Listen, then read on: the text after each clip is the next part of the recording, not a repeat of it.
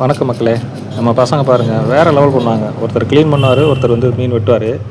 சூப்பராக பண்ணுவாங்க 2 பேருமே. வந்து ரொம்ப ஃபாஸ்ட்டாக கட் பண்ணுவாங்க. அது மாதிரி டக்கு டக்குன்னு பிரித்து மேய்ஞ்சிருவாங்க. பார்த்து என்ஜாய் பண்ணுங்கள் மக்களே. நன்றி மக்களே.